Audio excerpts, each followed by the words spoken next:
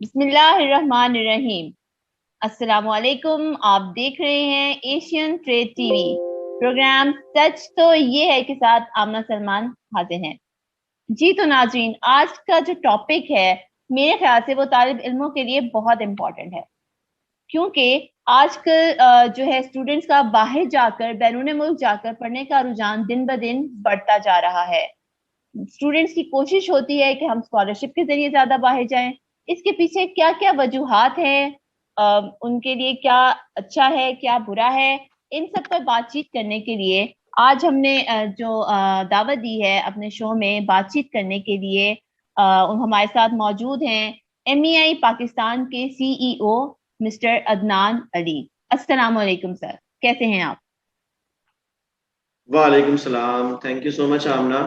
मैं जी बिल्कुल ठीक हूँ। उम्मीद करता हूँ आप भी खैरियत से होंगी। जी, अल्लाह का शुक्र। And thank you so much sir, आपने हमारी जो है दावत कबूल की, हमारे शो में आने के लिए टाइम निकाला, बहुत शुक्रिया उसके लिए। नहीं, thank you so much. Really an honour to be on your show. और काफ़ी जी अच्छा ट्रैक्शन और मोमेंटम आपके शो ने गेन किया है over the last few months.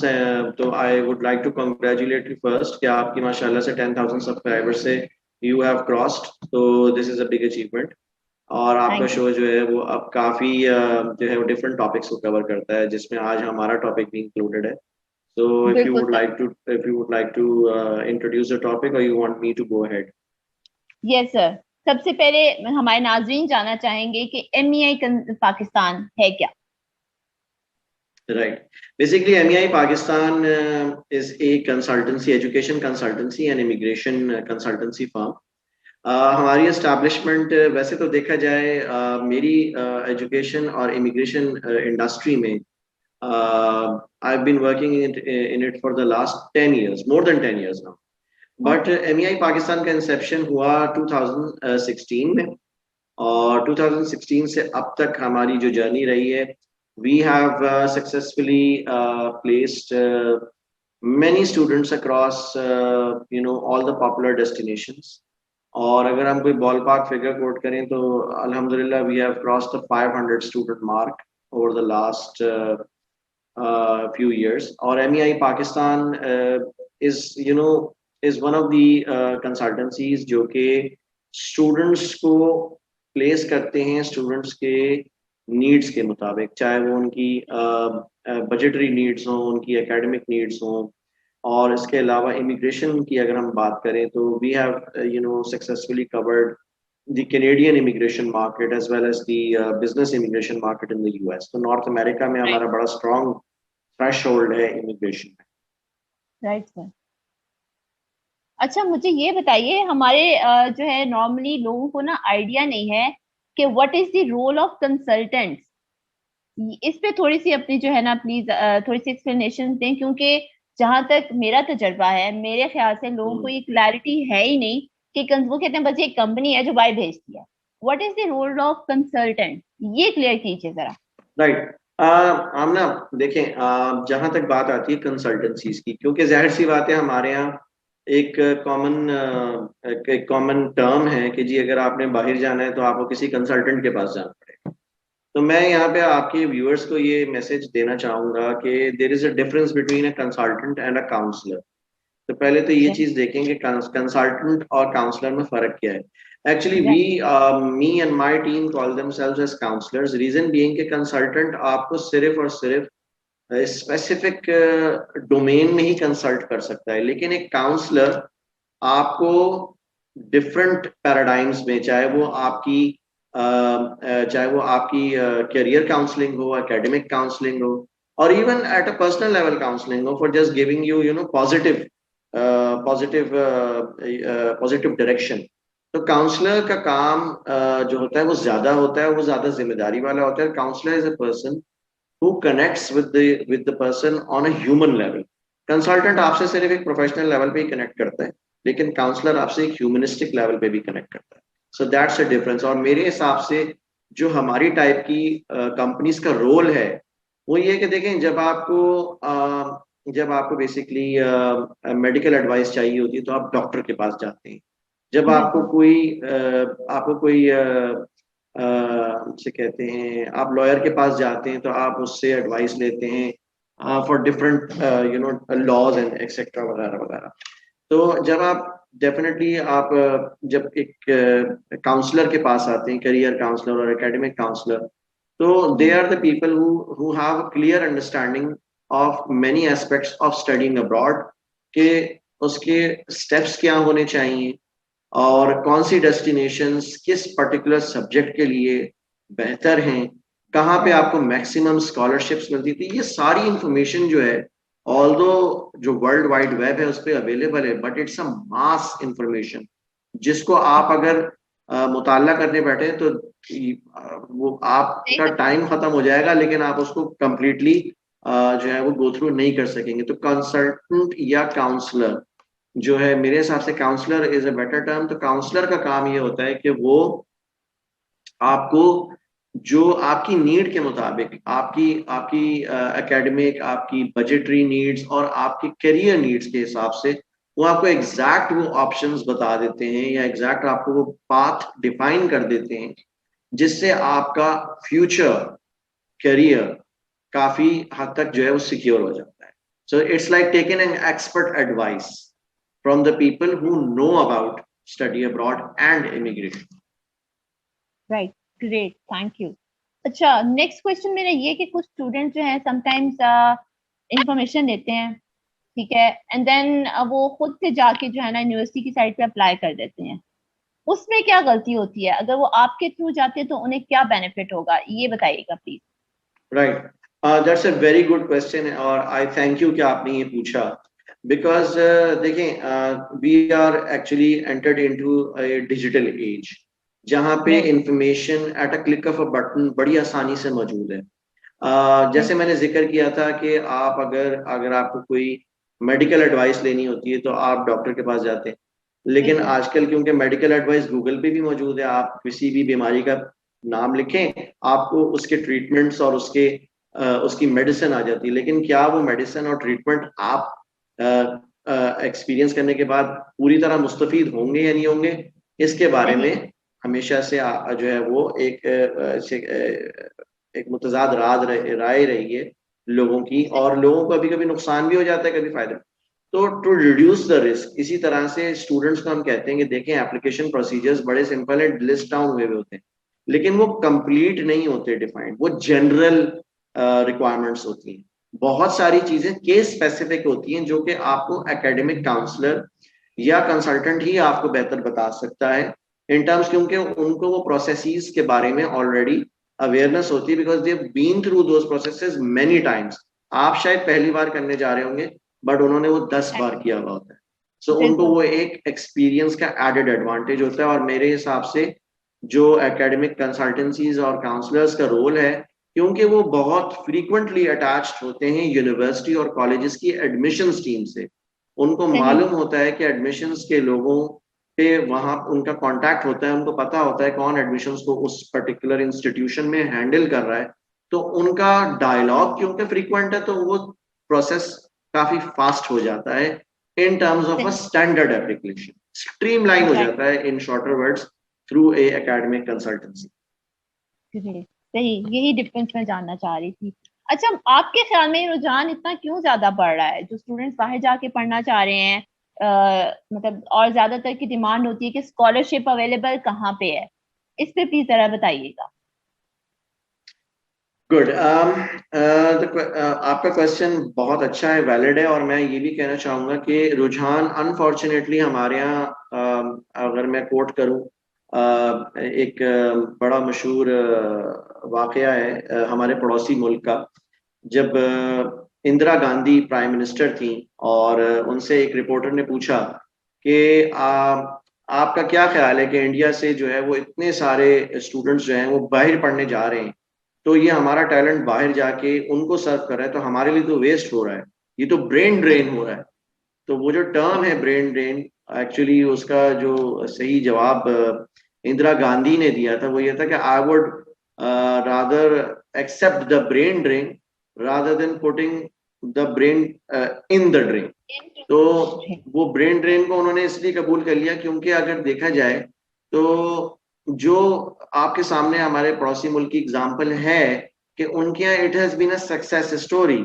आज जितनी भी बड़ी टेक्निकल सॉरी हाईटेक फर्म्स हैं, जैसे गूगल है, जैसे आपका अमेजोन है, फेसबुक है, और तरह तरह की आपकी माइक्रोसॉफ्ट है, यहाँ पे ज्यादातर आप देखेंगे कि इंडियंस जो है वो हाई रैंक पोजीशंस पे हैं। कोई बिल्कुल सीईओ ऐसे। है, कोई कोई मार्केटिंग का हेड है, कोई फाइनेंस का हेड है, कोई कॉर्पोरेट स्ट्रैटेजी का हेड है, और सो वाइस वर्सा। तो इसको देखते हुए हमें ये हमारे यहाँ से जो रुझान बढ़ा बाहर जाने का लोगों का, ये आज से नहीं है, ये फ्रीक्वेंटली बढ़ा है।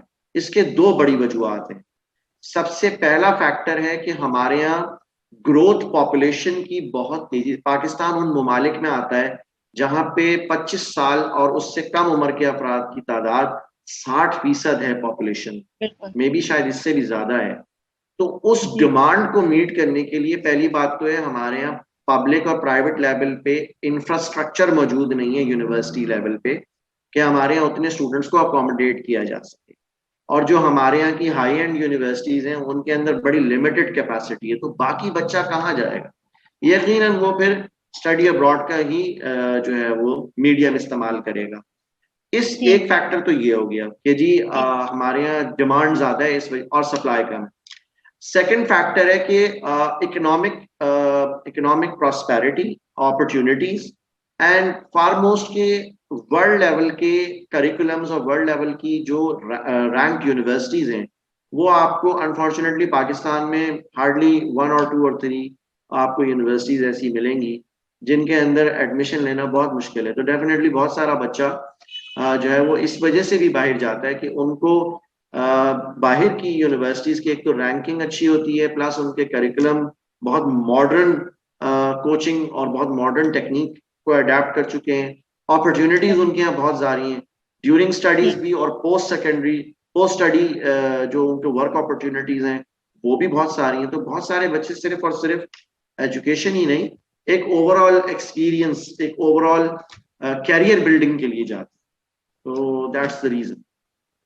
और मुझे ये बताइएगा किस तरह के स्टूडेंट्स आपको ज्यादातर अप्रोच करते हैं? एंथुजियास्टिक होते हैं जो कि सिर्फ बाहर जाना चाहते हैं, या जिनको शौक होता है कि अपने जो है सीवी में उनका ऐड हो, कि जो उनके करियर में आगे बूस्ट हो? ये बताइएगा। जी आमना देखिए, हमारे पास students usually majority of the students जो हैं वो हमारे पास काफ़ी सीरियस नोशन डेवलप करके आते हैं कि उनको बाहर जाना है, पढ़ना है और काम भी करना है और सेटल होना है, ठीक है ना। तो क्वाइट ऑनेस्टली हमारे पास एक जो larger chunk of the society है, because of the lack of opportunities in Pakistan in the last decade और सो, उसकी वजह से लोगों को, और क्योंकि बहुत सारी ट्राइड और टेस्टेड और प्रूवन एग्जांपल्स हैं हमारे पास, हमारी सोसाइटी में, हमारे सर्कल्स में, कि जो लोग बाहर पढ़ने गए उन्होंने वहां जॉब्स की, they are settled there and they are doing well. तो उन एग्जांपल्स को देख के ऑलरेडी स्टूडेंट्स का जो है वो इंटरेस्ट डेवलप होता है। और हमारे पास जब वो और स्टूडेंट या वो क्लाइंट आता है तो डेफिनेटली हम उसको फिर मजीद आगे उसकी एनर्जी को, उसके एम्बिशंस को चैनल करते हैं उन एरियाज, उन यूनिवर्सिटीज और उन इंस्टीट्यूशंस की जानिब जहाँ पे उनको अच्छी स्कॉलरशिप्स मिल सकती हैं। मिसाल के तौर पे बहुत सारे हमारे यहाँ स्टूडेंट ऐसे हैं जिनकी बहुत अच्छे स्ट्रॉन्ग एकेडमिक ट्रैक रिकॉर्ड्स होते हैं, और उनको यहाँ से बैठे बैठे ही उनको बाहर की यूनिवर्सिटीज अराउंड 50% स्कॉलरशिप तो इनिशियली उनको दे ही देती हैं। तो उस वजह से भी स्टूडेंट्स को बहुत जिसे कहते हैं ना, एक फाइनेंशियल बर्डन उनका कम हो जाता है इनिशियल लेवल पे, ठीक है। और सेकंड, हमारे पास जो स्टूडेंट आता है वो बहुत कंफ्यूज्ड भी होता है कभी कभी। उसको ये नहीं मालूम होता कि उसके लिए क्या बेहतर है। वो शायद उतने स्ट्रॉन्ग एकेडमिक ग्रेड्स ना रखता हो या उतना स्ट्रॉन्ग बजट ना हो। हर इंसान, हर स्टूडेंट की जो है ना अलग एट्रीब्यूट्स होते हैं, वेरी करता है।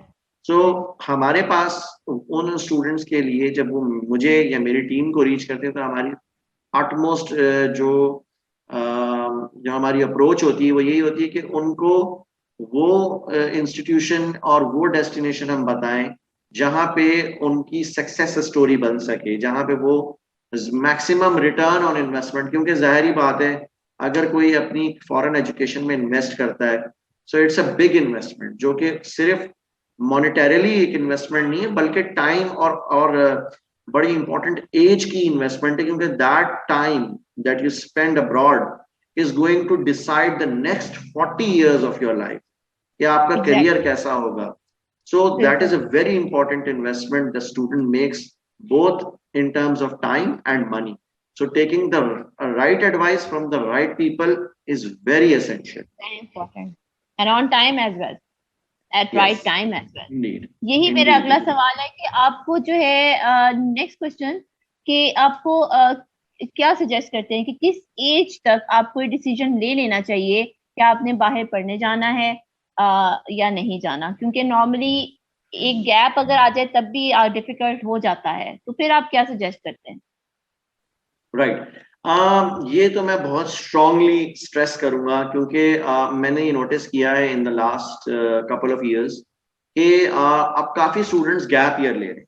ठीक है, देखें, गैप अगर तो किसी प्रोडक्टिव एक्टिविटी के लिए लिया जाए जो कि एकेडमिक बाउंड्रीज के अंदर हो, तो और उसको जस्टिफाई किया जा सके, तो that doesn't really make a difference. But normally, क्योंकि देखें बीइंग अ पाकिस्तानी हमारे लिए बहुत सारी कंट्रीज के वीजास को अटेन करना उनकी बड़ी स्ट्रिक्ट पॉलिसीज है.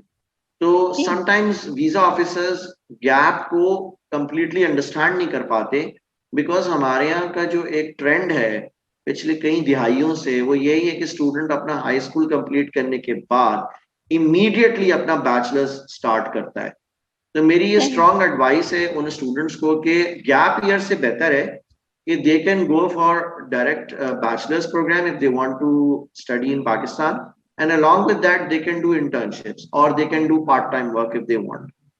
But and on the contrary for master's students, क्योंकि वो ऑलरेडी बैचलर्स कर चुके होते हैं, तो उनका पोस्ट स्टडी एक्सपीरियंस नॉर्मली एक जो 2 years का पोस्ट स्टडी एक्सपीरियंस है, वर्क एक्सपीरियंस, वो गुड इनफ होता है then to transcend into a masters. But maximum अगर आप देखें तो 5 years पोस्ट योर बैचलर्स, अगर आपके पास 5 years का वर्क एक्सपीरियंस है, तो that is more than enough time for you to transcend into a masters. हाँ, जिनके एक्सपीरियंस 5 साल से ऊपर हो जाता है फिर डेफिनेटली, क्योंकि you know we are not getting any younger, तो age is a very big attribute. So मेरा हमेशा यही होता है कि the lesser the younger you are, the more probability is for you to gain the visa. Admission तो देखिए हो जाएगा, but at the end of the day visa officer आपको वीजा ग्रांट तभी करता है, और वो इन फैक्टर्स को जरूर देखता है, जिसमें एज एक बहुत इंपॉर्टेंट नंबर है. सो एक इंपॉर्टेंट फैक्टर है in fact. So for bachelors students बेहतर है कि वो 2 साल या बहुत हुआ 5 साल के वर्क एक्सपीरियंस के बाद अपना मास्टर्स के लिए जा सकते हैं. But strong advice to bachelor to high school students, gap year ना करें, आप डायरेक्ट बैचलर्स में एडमिशन ले लें, चाहे बाहर लें मुल्क से, चाहे वो आप मुल्क में ही अपने बैचलर्स करना चाहें, बट हाई स्कूल के बाद कोई गैप ईयर ना लें. बेहतर है कि अपने बैचलर्स के फर्स्ट ईयर में ही कोई इंटर्नशिप या पार्ट टाइम वर्क करें. ठीक, बेहतरीन. सर नेक्स्ट क्वेश्चन मेरा ना लैंग्वेज से रिलेटेड है. नॉर्मली आजकल जो स्टूडेंट्स अप्लाई करना चाह रहे हैं, मैंने यही रुझान देखा है कि वो आइल्स या टॉफल जो भी आपके इंग्लिश लैंग्वेज के टेस्ट होते हैं जो है उनको देने को प्रेफर नहीं करते. ठीक है, इसके क्योंकि जहां तक मैंने देखा है, सर्च की है, वो यही होता है कि अगर आपने इंग्लिश लैंग्वेज का टेस्ट क्लियर नहीं किया हुआ, आपको वहां जाके बाहर जाके लैंग्वेज कोर्स जरूर करना पड़ता है. तो इंग्लिश लैंग्वेज टेस्ट कितना इम्पोर्टेंट है अगर आप पाकिस्तान से ही कर लें, तो प्लीज बताइएगा. राइट, देखिए आपने बहुत ही वैलिड और इम्पोर्टेंट और इनफैक्ट बड़ा ऐसे कहते हैं ना, वो आपने दुखती रथ पे हाथ रखा है. क्योंकि हमारे यहाँ देखें, फर्स्ट ऑफ ऑल हम being a nation, non English speaking nation, क्योंकि हमारी मादरी जबान उर्दू है और हमारे यहाँ 4 अदर लैंग्वेजेस भी हैं। तो Exactly. इंग्लिश हमारे लिए डेफिनेटली एक ऐसा एरिया है जहाँ पे मेजॉरिटी ऑफ द पॉपुलेशन जो है वो प्रॉब्लम का शिकार है। रीजन बीइंग कि हमारे यहाँ इतनी ज्यादा कन्वर्सेशन इंग्लिश में एट अ लोकल लेवल होती नहीं, और फिर जी। डिस्पैरिटी भी है एजुकेशन सिस्टम्स में। अगर आप लोकल सिस्टम को, कैम्ब्रिज है, आईबी है, और इसके अलावा बहुत सारे पैरेलल एजुकेशन सिस्टम्स हैं, जिसकी वजह से बहुत सारे स्टूडेंट्स जो कि मेजॉरिटी चंक, क्योंकि हमारे यहाँ स्टैंडर्ड जो है वो मेट्रिकुलेशन और इंटरमीडिएट का है, तो वहाँ पे इंग्लिश लैंग्वेज के ऊपर इतना कोई एम्फेसिस नहीं है। So ji. majority of the population coming from that particular stream of education, IELTS देते हुए या TOEFL देते हुए या कोई भी इंग्लिश टेस्ट जो कि इंटरनेशनल एजुकेशन के लिए रिक्वायर्ड है, उसमें थोड़ा सा उनको प्रॉब्लम होता है या हेजिटेंट होते हैं। तो मेरे हिसाब से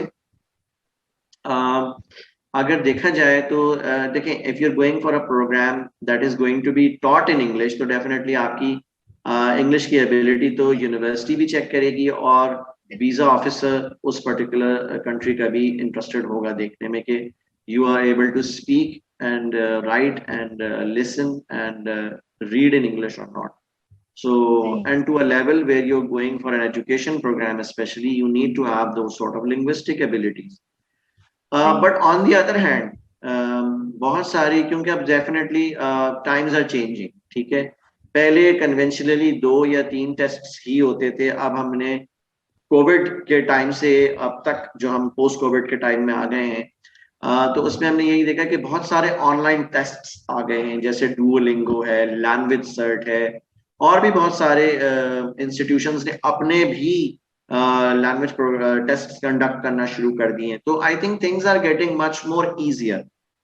और राइट। मेरी रिकमेंडेशन लोगों को यही होती है कि देखें, if you are going to go for a programme that is going to be conducted in English, तो सबसे पहली आपकी अप्रोच ये है कि आपको आइल्स या उस जैसा, या टोफेल या पियर्सन टेस्ट ऑफ इंग्लिश या लैंग्वेज सर्ट, डुओलिंगो, कोई ना कोई टेस्ट आप दें, बिकॉज ये आपके लिए एक सेल्फ असेसमेंट भी है, stay be at an initial level being in Pakistan, कि यार मैं वाकई में मेरी इंग्लिश की एबिलिटी है कैसी।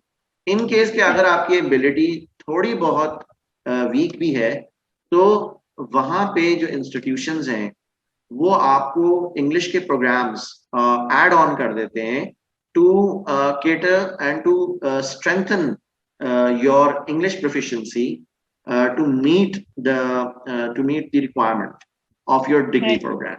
ठीक है जी। राइट। तो उसके लिए हमारे पास काफी रूम है, और इवन मैं ये भी बताता चलूं कि बहुत सारी कंट्रीज, यूरोपियन कंट्रीज स्पेसिफिकली, जैसे हमारे पास एक डेस्टिनेशन है हंगरी, जो कि राइट। एक यूरोपियन कंट्री है, और वहाँ पे तमाम प्रोग्राम्स, चाहे वो बैचलर्स हो, मास्टर्स हो, all the way up to PhD level तक जो है वो इंग्लिश टॉट प्रोग्राम्स हैं, लेकिन उनके यहाँ आइल्स की रिक्वायरमेंट नहीं है। तो कुछ कंट्रीज हैं जो कि आइल्स को वेव कर रही हैं। यूके की एग्जांपल में हम देखें तो वो मल्टीपल इंग्लिश टेस्ट एक्सेप्ट करने लगे हैं। यूएस में भी ऐसा ही होने लगा है, और डिफरेंट कंट्रीज में, जैसे कनाडा है, जैसे ऑस्ट्रेलिया है, तो वहाँ पे बहुत सारे इंग्लिश लैंग्वेज प्रोग्राम्स हैं जो कि डिग्री के साथ अटैच हो जाते हैं टू स्ट्रेंथन द स्टूडेंट। तो आई थिंक कि अब इंग्लिश लैंग्वेज इतना बड़ा कोई इश्यू नहीं रहा है। स्टूडेंट अगर सही। अपना टेस्ट देता है तो ये एक एडेड एडवांटेज है, और अगर वो किसी वजह से टेस्ट ना भी देना चाहे तो वो उन प्रोग्राम्स के तहत वहां जा सकता है। सही। ठीक सर। अच्छा सर, हमारे नाज़रीन अब जानना चाहेंगे आखिर में कि आप किन किन ममालिक में, किन किन कंट्रीज में आप प्रेफर करते हैं कि आप अप्लाई करें तो आपकी वीजा रेशो, एक्सेप्टेंस रेशो जो है वो ज्यादा होती है। राइट। देखिए, मेरे हिसाब से वैसे तो every case is unique and every case has its own parameters, ठीक है ना, इट्स ओन राइट। एट्रीब्यूट्स। तो मेरा केस आपसे डिफरेंट होगा, आपका किसी और से डिफरेंट होगा, ठीक है जी। तो इस वजह से मैं यही कहूंगा कि ratio is something that is not completely defining a destinations visa approval policy, ठीक है जी। बट नेवरदलेस ऑफ कोर्स कुछ डेस्टिनेशंस में larger number of visas approve होते हैं, और कुछ डेस्टिनेशंस में बहुत fewer number of visa approvals हमने देखे हैं. सो द डेस्टिनेशंस जहाँ पे access of gaining a visa और वहाँ पे जो वीजा ग्रांट होने का जो एक रेशो है, जिसमें I think UK is been a very strong destination, क्योंकि यूके में उनकी पॉलिसी बहुत वेल डेवलप्ड है, स्ट्रीमलाइंड है. तो काफी स्टूडेंट्स को यूके में कोई प्रॉब्लम नहीं होता है in terms of visas. Second Australia है. Third I would say European countries में जैसे हंगरी है, जैसे स्वीडन है, यहाँ पे आपको इतना प्रॉब्लम नहीं होता है. पहले इटली भी था, लेकिन इटली में अब काफी वीजा रिफ्यूजल्स होने लगे हैं due to different reasons. US on the other hand, US has been a destination जो कि बड़ी पॉपुलर है, बहुत स्टूडेंट्स जाना चाहते हैं, बट अनफॉर्चुनेटली क्योंकि कभी कभी स्टूडेंट्स कनेक्ट नहीं कर पाते या समझा नहीं पाते वीजा ऑफिसर्स को ड्यूरिंग द इंटरव्यू कि उनका स्टडी प्लान एक्चुअली है क्या, तो वो रिफ्यूज हो जाते हैं. तो हमारे पास काफी ऐसे स्टूडेंट्स आते हैं, फिर हम उनको दोबारा प्रिपेयर करते हैं through professional coaching, and then they get those visa. So it depends कि आप किस तरह से अपने केस को पुट अप करते हैं to the embassy, and eventually visa officer उसको कैसे परसीव करता है. ठीक sir, thank you so much sir आपके टाइम का. उम्मीद है नाज़रीन को आपकी बातों से सही मालूमात मिल चुकी होंगी, जो वो जानना चाहते हैं बगैर सवाल किए उनको सब मालूमात मिल गई. Thank you so much for your time sir, बहुत शुक्रिया. रियली आपके जी really appreciate the opportunity Amna. And मैं आपके नाजरीन को एक लास्ट क्लोजिंग कमेंट में ये कहना चाहूंगा कि if you have any query, any question, me and my team are always open to answer. And I think आमना हमारी कॉन्टैक्ट डिटेल्स जरूर इस वीडियो के हवाले से इसके लिंक डिस्क्रिप्शन में आपको बता देंगी. So if you have any questions, please do not hesitate. Let us know. We are here to help, and we will always make sure that you reach your destination and you achieve your goals. Thank you so much, Amna. Really appreciate. अल्लाह हाफिज. Thank you sir. जी sir. जी तो नाजरीन, ये थे हमारे आज के मेहमान सैयद अदनान अली, MEI पाकिस्तान के CEO. अगले हफ्ते एक नए मेहमान के साथ आपके सामने हाजिर होंगे. देखते रहिए एशियन ट्रेड टीवी प्रोग्राम सच तो ये है. अल्लाह हाफिज.